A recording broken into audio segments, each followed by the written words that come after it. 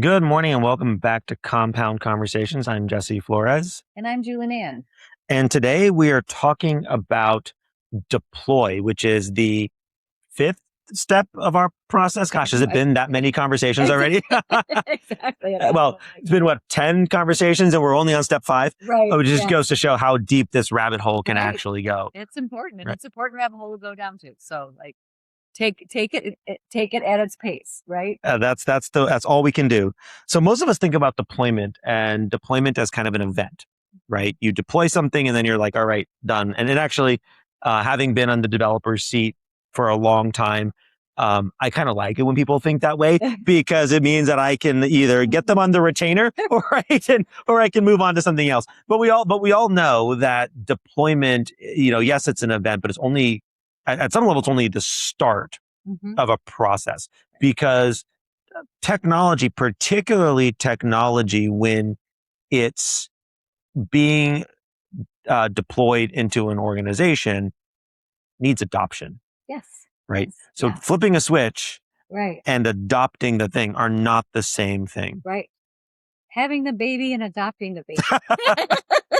Yeah, having a baby and being a parent. Right, are two different processes, right? So Yes. I think we put it that way. But I think I completely agree because most AI initiatives, I like to say they fail 3 weeks after, Hmm. right?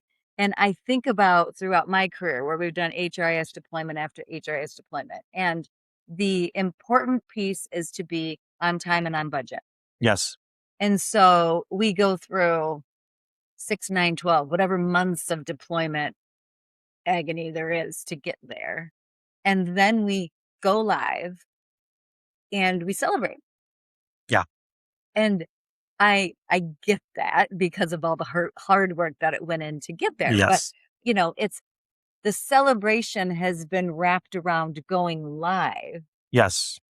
And, but we don't think about the adoption phase, That's right. which is that afterwards, not because the tool was bad, not because the implementation was bad, but we don't focus on delivering that, adopting that into the organization. And so after the hoopla, Hmm. right? Yeah, we're live. Yes. Then business processes, internal business processes, the way we do work, the supervisor that still goes to the employee and asks for the report Yes. when they have this new technology right here where they can open up this, click on the button. I've been guilty of it in case Krista happens to be watching. But so the manager that still goes to the human and asks for the report when the tool has been implemented to create the efficiency that the adoption did not happen. Yes. And the principal reason I think, we say this all the time, it's design before deploy. The simplest or the main reason why this happens, I think, is because people want to jump straight to deployment. Mm-hmm. But if you're following the process that we've talked about for a long time, identifying signals, identifying sources, deliberately designing what the work is going to look like before you build a solution and then deploy it, you should ideally reduce the likelihood that deployment as an event ends up being a celebration, but with no teeth, Correct. right? Yes. Yeah. Having said that, it's necessary to do the design, but not sufficient. And so at the end of the deployment, right, some things you want to make sure you're looking for are, for instance, the handoffs, like where were those properly documented and are they properly being followed?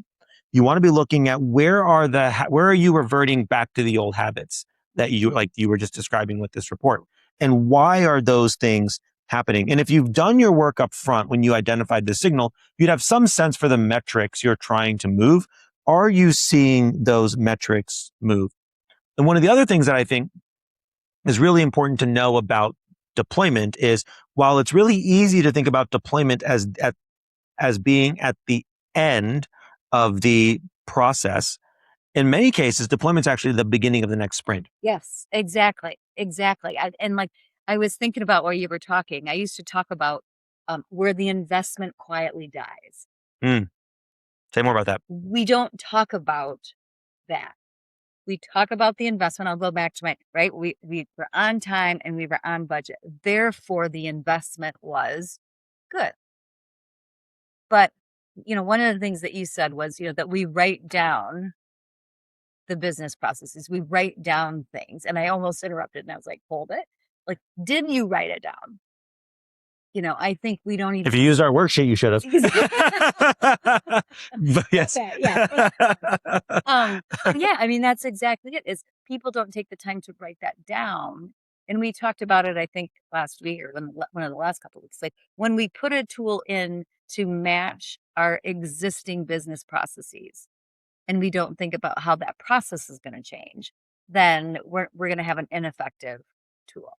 And the same thing is, once we get the tool in, if we don't write those things down, because we are changing behaviors, cognitive behaviors, we know, take 31 days to make a change. So that's why I call it when the investment quietly dies. And it's usually in that 3 to 4 week period where we're not cognitively or business process wise changing how we're doing our work so that the adoption is sticky and it stays. Yeah, and I think this point can't be underlined enough. In fact, I was just reading, it was either earlier this week, I think, Deloitte's 2026 transformation report that they released. And I don't remember the exact number. It might be something like only 16% of the pilots end up being successful because people aren't going through the process post-deploy of making sure that it's being well adopted. McKinsey's 2025 report had the same kind of thing.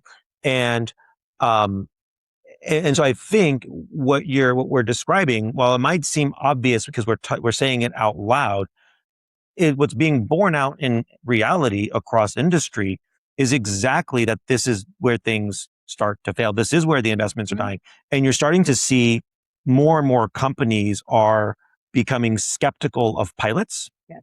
Because they'll do a pilot and then the pilot won't produce anything, or the pilot doesn't seem to have any semblance towards a production, solving a production problem. Right. And so what happens is we say, well, the technology is not sufficient, or the pilot isn't worth funding. But in reality, it's because we're still thinking about this like a tool. We're not thinking about this in that multifaceted way where it's about it's about the shape of the work changing alongside the tool as well. You talked about the word delivery, and that just made me think, if you think about a typical organization structure, we have implementation teams and we have, a system manager and a system administrator, and we have, peoples with system titles. But how often I was trying to think just throughout my career, how often do you have a delivery team or, a delivery manager when it comes to systems? I think about, as you know, I've been through some really sizable merger and acquisition events where, it's, a year of due diligence and then a year of, even further diligence. And then you finally acquire the company. And then there's great work taken to integrate. Yes. So, for the example, 2 years of due diligence, a year of due diligence, a year of the deal, and a year of integration. And in those scenarios, and I just said it because I think this is like an applicable scenario to folks in business. In those scenarios, we understand that in order to measure the success of the investment that we made to do the acquisition, Yep. we have to measure success at the post-integration stage. Yes. Like, that's when we know, like from an HR standpoint of view, you brought over 500 employees. What was your retention rate a year later? Was your culture sticky? Was your business sticky? Did your, engagement work? Like, that's where you measure success. Did the P&L move? Correct. Did the P&L move? Most importantly, that's where you measure success. And that we're not thinking in that same way around our AI deployments, right? Like that implementation, that integration, post integration, and I liked what you said, the delivery of that is where adoption happens. It doesn't happen on the go live date. No. And in fact, you and I have talked about this before. I think many companies shortchange this. One, because they don't really know how to do it well. Is why we have our framework and why we make so many resources available that people can use and download and do it themselves. Because I think a lot of people don't have the framework. I think that's one problem. I think another problem, though, is there is an inherent tension between, generally speaking, the systems people and the business people, right? Um, Everyone always complains about IT, but I think even beyond IT, there are people who architect entire systems for a living. Like I'm one of them, right? And the number of systems people, though, that also have domain expertise tends to be pretty small. So, for example, I don't know much about HR at all. And so, if you were to ask me to spec an HR system, I could probably get the technology right, but I don't know that I would get the work right. And so, one of the most successful models that's out there at the moment, and I think is a model that others should be looking to emulate to solve these two problems, is Uber's pod model. So, what Uber has done is they have taken AI engineers and they are dropping them into business units for weeks at a time to observe, learn, and work hand in hand with the business operators, whether that's in payroll or in finance or in HR or operations, whatever it is. So that together, those systems people and those and the people that are working in the business are able to design the work well, and then when it's time to deploy, can make sure that adoption has been handled from the beginning, because the people that are going to be affected by the work also had a hand in designing the work. So the adoption becomes easier because they've been brought along all the way through. Right. Yeah. I like to think of deployment as I'm going to call a technical state, and adoption is the organizational state. I like that. Because that's when it sinks in, right? I mean, and I hope for people who, know Jesse and I and have listened even to, some of our conversations, like that is, I think you and I and why we've brought Compound together is exactly that reason. Where you see it from versus where I see it from.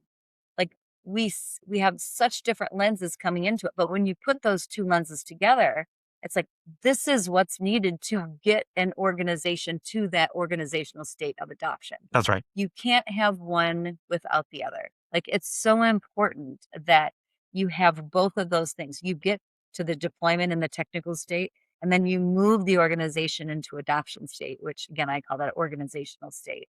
Yeah. Because now it's a part of the fabric. I mean, we've all had tools. We've all gone, let's use training. I mean, training might be the best one.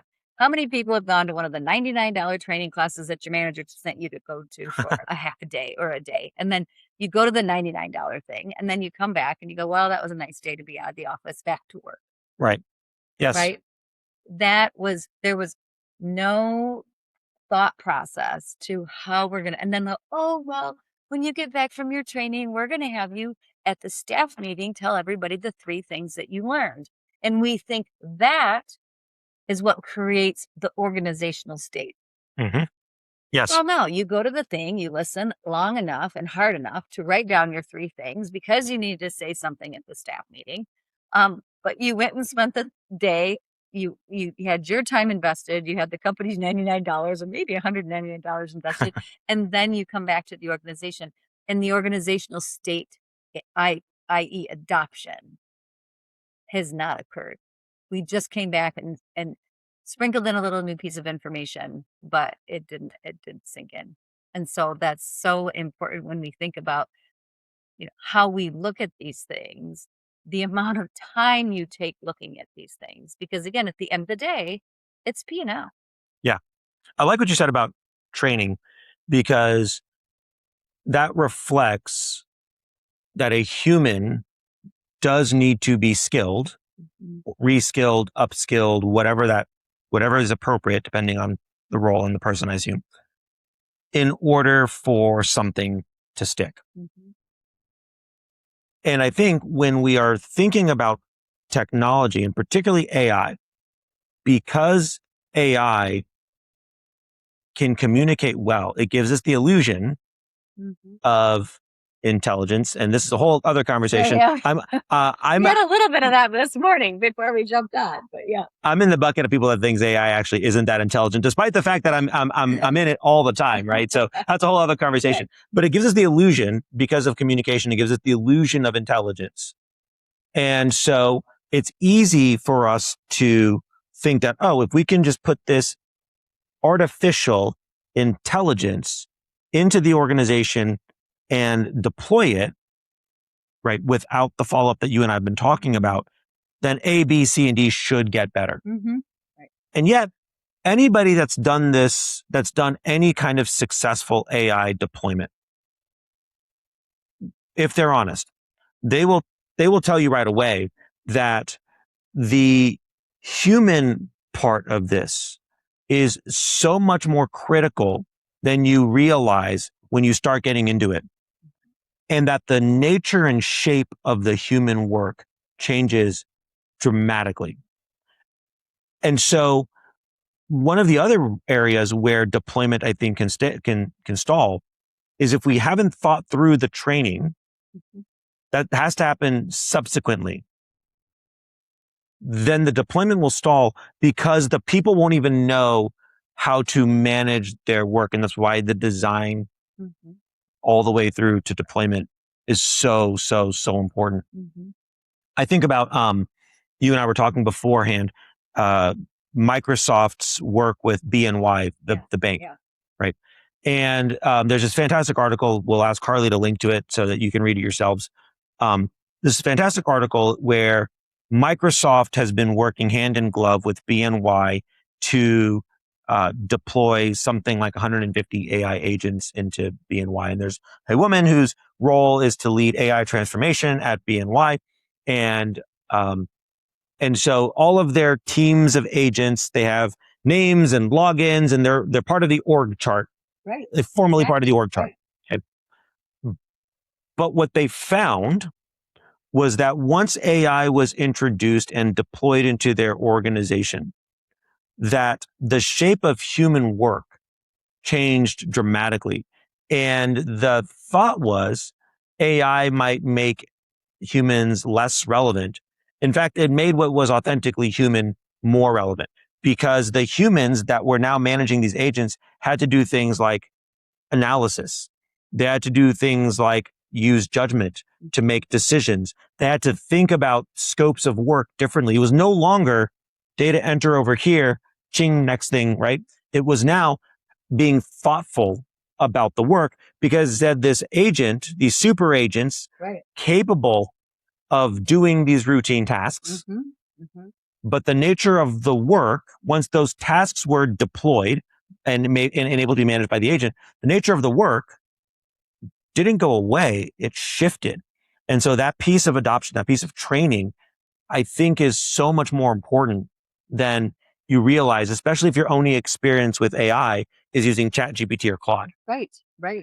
Yeah. I mean, it's so, if you think about, I talk about it's the quiet, the quiet investment that goes away, right? Like, if you go through, there's like these 3 weeks, there's like, oh, we've got the exciting week. Oh, there's, like hope is not a plan, right? I Right. mean, we're still going to stick with hope is not a plan. But you don't have to wait for the quiet investment to roll away or the rollback, right? You don't have to wait for that. If you've got the training and the structure, and we talk about work deconstruction, right? Like those are moments. There's moments in organizations, AI aside, where work deconstruction, how do we do things differently? Do we still need the same people? Do we still need the same skill sets? This is one of those moments where you have to take that time to think about who's doing what work, and how do we make training not an event. Training is not an event. I don't care what we're talking about. From AI, I don't care what. Training is not an event. Training is I just was talking with a client about this because we were talking about some initiatives that we're working on to change. And so we started with, no one likes change but a wet baby. Like, we know that, right? So let's start with that premise. And then how do we create a drip campaign communications drip campaign that helps us get to the change. And that's the same thing with training. Training is not an event. It's a culture movement because we just invested money over here. And from, again, P&L, we decided to make the investment. It has to stick. Mm-hmm. It has to stick. And if we're going to do that, it's going to be through consistent reminders. It's no different than social media, right? Like, you've got to have that thing that you're flipping through all the time that reminds you we're now into adoption and we're into delivering this team into an organizational state that delivers P&L impact. That's right. That's the reminder that has to happen. It's not I go to a training and I put my binder on my book, or maybe I look something up. I don't, whether it's AI or whatever it is, that process doesn't work. And we've all lived that. Every single person listening has the binder on the shelf and went through that process and watched how it didn't work. So let's do things differently. Yeah. So we always have worksheets, right? And so how do you actually do this concretely? So one of the things I think is important is to have a structure that helps evaluate how your deployment is being adopted. And we think about this in a few different categories. So one category is related to the handoffs. How did those handoffs change? Another category is related to training. Did behavior actually change, or did people just show up and then do a demo and then leave? Right. Third category is cost measurement. Fourth category is trust and adoption. And then the fifth category is what we call the shadow process. Okay. So when we're talking about changed handoffs, category number one, if you've gone through a design process, there should be, I'll call it a map at the very least, an outline of what the old handoffs looked like. Julie did this report and then she sent it to this person, and that person, reviewed and approved this, and then they went to that person, whatever that old handoff looked like. And that should be something concretely different than the new handoff. AI agent 1 generates the report by aggregating all these data, sends it to Julie, who looks for exceptions, and then once it's approved, it's done, right? And in order to know whether that handoff transition has happened, what is the proof that it's happened? Is there a new artifact? Is there new routing? Is there a new system? Is there a new agent team, right? So within the context of change handoffs, what was the old? What's the new? And what is the evidence of that the new can potentially work? And what you want to do is you want to be able to score this, like 0, the handoff hasn't changed, right? 1, 2, or 3, like the handoff has been redrawn and it's documented. And that way it can be used for future context. So that's that first bucket. If I can, I'll go back just a smidge before you go to the next one. Yeah, go ahead. Because I know where you're going. So I think what's important that we think about behavior, which isn't easy, right? It's not easy to change your behavior to get up at 6 in the morning and go to a gym, right? Those are behavior changes, but it's behavior and not tooling. Mm-hmm.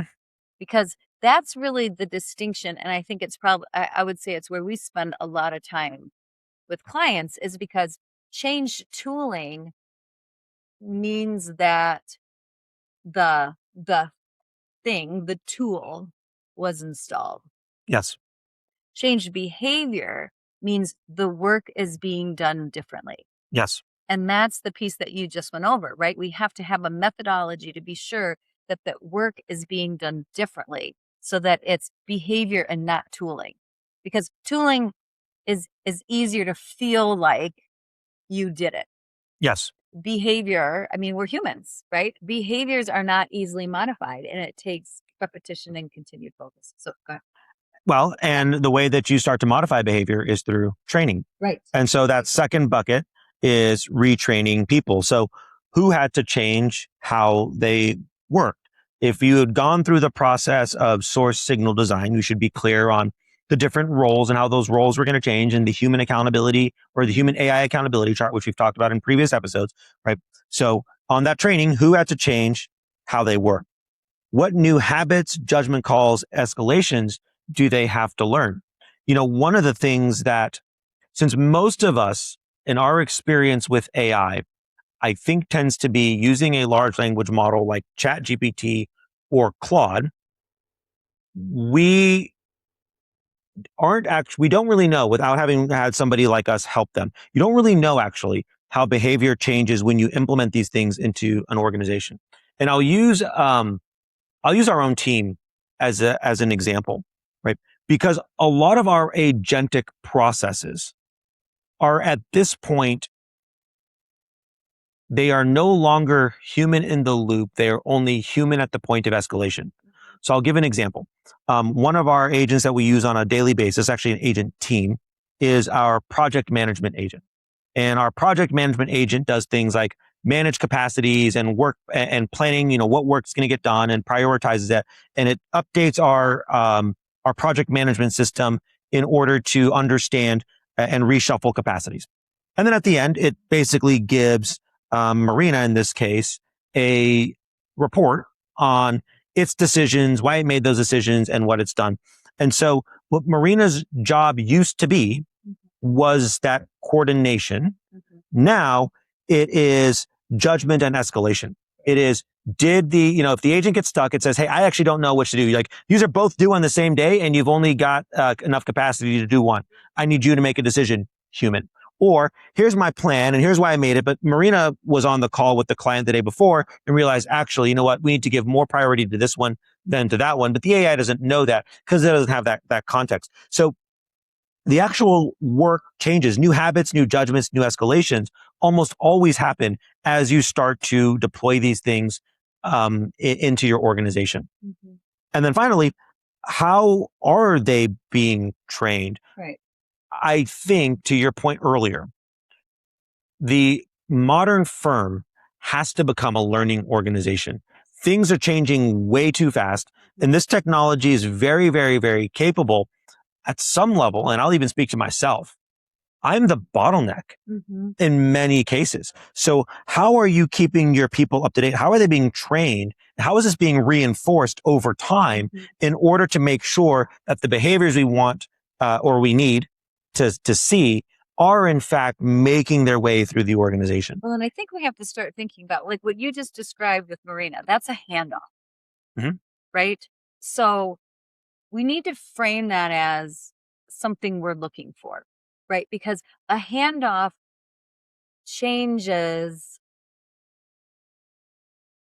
A handoff, I'm going to say, is one of the most visible periods in this process. And it's also the most fragile. So when you're creating this handoff and you get through that handoff, like when I was listening to you, because I always use a series of questions for myself, a handoff is successful if, was there a different format? So did the deliverable look different than it did before? Okay. Yes. Like just that last little section that you did. Was there different timing? Did it arrive earlier, less frequency? Was it because AI was doing the aggregation work? What was happening there? Right. Was there a different timing? Was there a different owner? Yes. There was a different owner, right? The person who used to produce the thing is now reviewing the thing. And is there a written definition so that everyone knows what going forward looks like? That's a handoff. Yes. And so a lot of times we don't capsulize that handoff, name it as a handoff, and then ask those 4 questions. Different format, different timing, different owner, written definition. And if we can get to those things, you go, okay, that's a handoff. Now we're doing work differently. That's right. That's right. I love that example because I was like, yep, that's my my little checklist. Yes, that's a good handoff.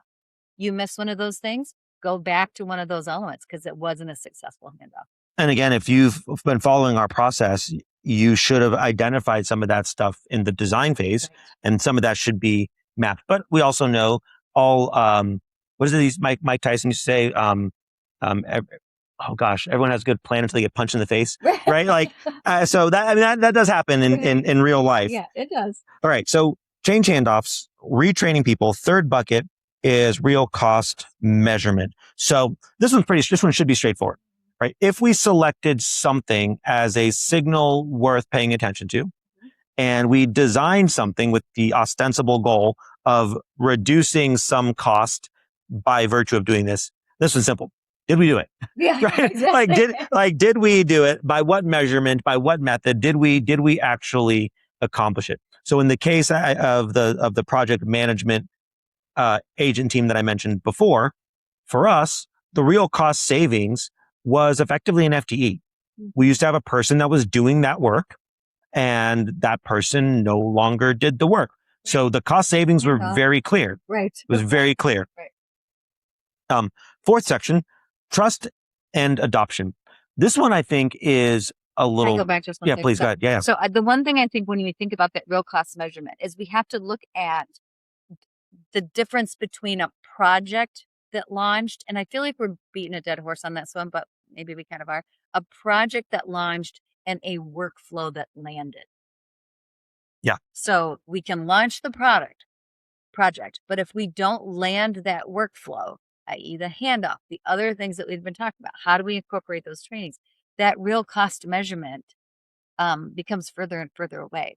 So you've got to have both of those buckets. Again, that's why compound is such a great thing, right? We've got to figure out the project. We've got to figure out the workflow. Yep. Because it's those two things together that drop and give P&L impact. And that takes us to number 4, which is trust and adoption. Yes. Right. So if people are reverting because they don't trust the system, right, then that's a failure of the workflow landing. Yep. That's a failure of the way that the process or the project launched. So where does the new way, so we're thinking about trust and adoption, where does the new way still feel riskier than the old way when something's on the line? And is that because of human anxieties, because we have them, or is that because the system itself isn't performing at the way the system should be performing?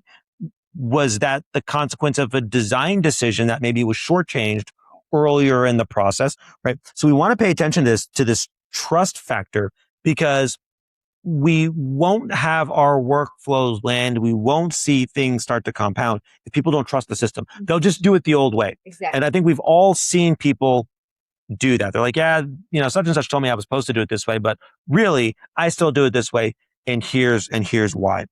And then related to that, what safety nets exist and what permissions to fail maybe are missing or should still be there? Because we're not going to think through everything. Even if you go through a really thorough design phase, just the nature of reality is that it's inherently variable.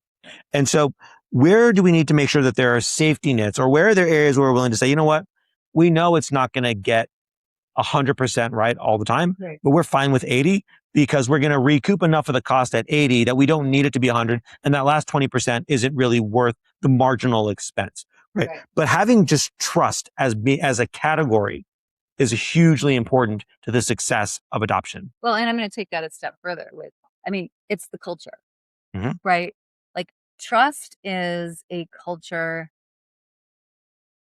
marker, right? Like marker's not the right word, but trust is a very important part of the culture. And if we're not going to have that become part of the culture, again, let people visibly fail and celebrate that.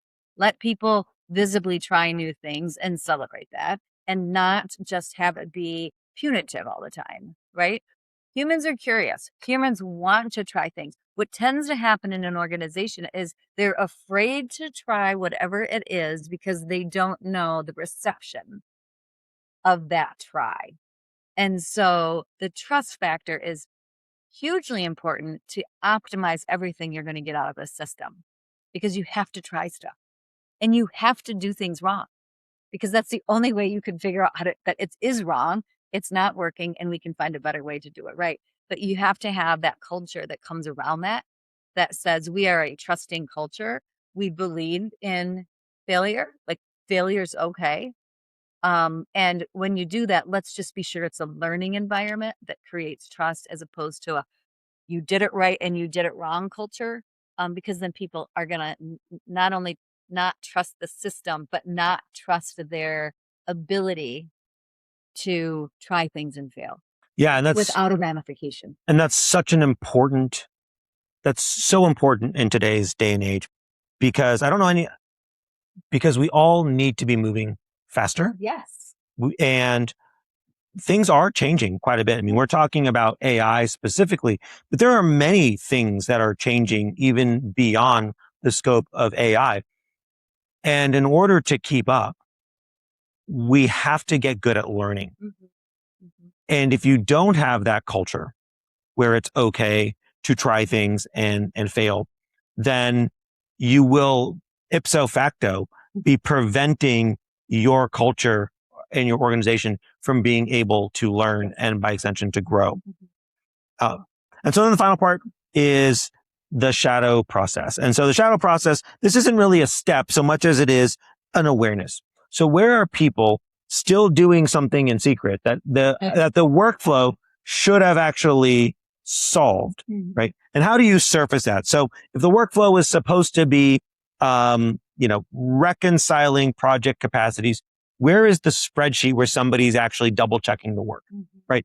Whatever that is, you want to be on the lookout for those, not to be punitive, to bring it back to your point, but in order to understand why is that artifact still necessary? Is that artifact still necessary because something in the process isn't working properly? Because something in the training wasn't well received or given?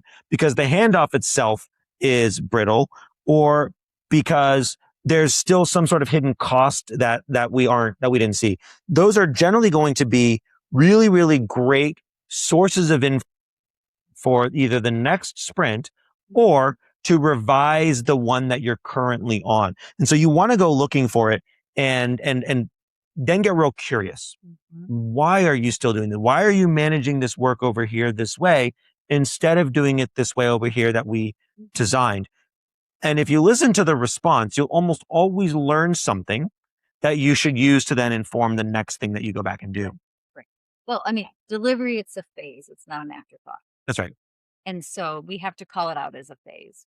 And it has many purposes that we've gone through today. There are reasons that you go through delivery as a phase. And it's, you could put it in as easy as a buckets as proactive thinking and reactive thinking, right? We've all been in projects where we're in reactive mode, nonstop. Not fun.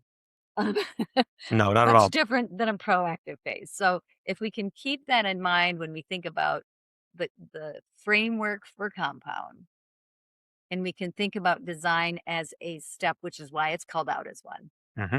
None of the steps in the compound model are afterthoughts. That's And right. once you get any one of those steps into an afterthought, it doesn't come home. That's right. So deployment is not just an event. It's the beginning of the next phase. And it's where the technology part really does subordinate to your organizational culture and your ability to manage processes and handoffs, your ability to train people, retrain people, and facilitate a learning organization, your ability to encourage trust and adoption, and ultimately your ability to manage the new cost structure. And hopefully you realize a new cost structure if you've done this well. So deployment, not an event. It is the beginning of a process, and you can score how well you're doing by paying attention to these 4 dimensions: handoffs, training, cost measurement, and adoption. And if you keep those 4 things in mind after you deploy, you'll figure out pretty quickly where you need to continue to iterate to get better. It's the old what you focus on, what you measure gets done. That's right. Right. So 4 important steps must be measured. It's why we have the worksheet to work from, right? That's right. Has to be measured, has to be forethought, has to be front of mind. And that's how we get to the change in the organizational state, which is adoption. Julie, always a pleasure. This is so much fun and so interesting. Hopefully you guys learned something and found this helpful as well. We'll make these available for download, and we'll put whatever links I referenced in the place. In the place where we put those things. In the place where those things go. I don't know. Harley will figure it out.